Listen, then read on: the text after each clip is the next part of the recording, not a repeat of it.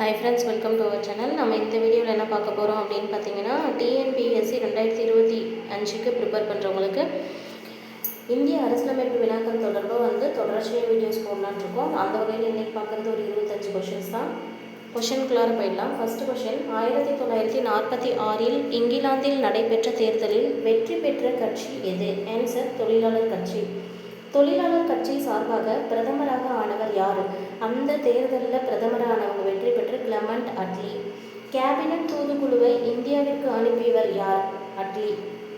Fourth question, cabinet தூதுக்குழுவில் உறுப்பினர்கள் யாருன்னு கேட்குறாங்க. Patrick Lawrence, Stafford grips, AV Alexander உடைய அது 3 நபர் குழு.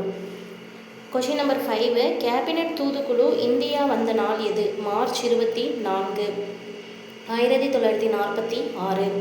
ஆறாவது கேள்வி, அப்போது இந்தியாவின் வைஸ்ராயாக இருந்தவர் யார்? வேவல் பிரபு. ஏழாவது கேள்வி, கேபினட் தூதுக்குழு தனது பரிந்துரைகளை வழங்கிய நாள் எது? 1946, மே 16. இடைக்கால அரசாங்கம் அமைக்கப்பட்ட நாள் எது? செப்டம்பர் 2, 1946.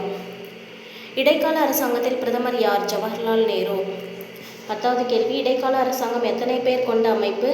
அமைக்கப்பட்டது 14 பேர். 11வது கேள்வி, மவுண்ட் பேட்டன் திட்டத்தின் வேறு பெயர்கள் ஜூன் 3 திட்டம் மற்றும் பிரிவினை திட்டம். 12வது கேள்வி, இந்திய சுதந்திர சட்டம் இங்கிலாந்து பாராளுமன்றத்தில் நிறைவேற்றப்பட்ட நாள் எது? ஜூலை 18, 1947. நடைமுறைக்கு வந்த நாள் எது? ஆகஸ்ட் 15, 1947. 14வது கேள்வி, இந்தியர்களுக்கு தனி அரசியலமைப்பு சட்டம் இந்தியர்களால் உருவாக்கப்பட வேண்டும் என்றவர் யார் மற்றும் ஆண்டு எது? மகாத்மா காந்தி 1922 சொல்லியிருப்பாங்க. 15வது கேள்வி, இந்திய அரசியல் நிர்ணய சபை உருவாக்கப்பட வேண்டும் என்று முதலில் கூறியவரே MN ராய் அவர்கள் 1934. 16வது கேள்வி, அரசியல் நிர்ணய சபை வேண்டும் என்ற தீர்மானம் கொண்டு வரப்பட்ட காங்கிரஸ் கூட்டம் எது? 1935 நடைபெற்ற கூட்டம். 17வது கேள்வி, இந்திய அரசியல் நிர்ணய சபைக்கு தேர்தல் நடத்தப்பட்ட ஆண்டு எது? ஜூலை, ஆகஸ்ட் மாதங்களில் 1946.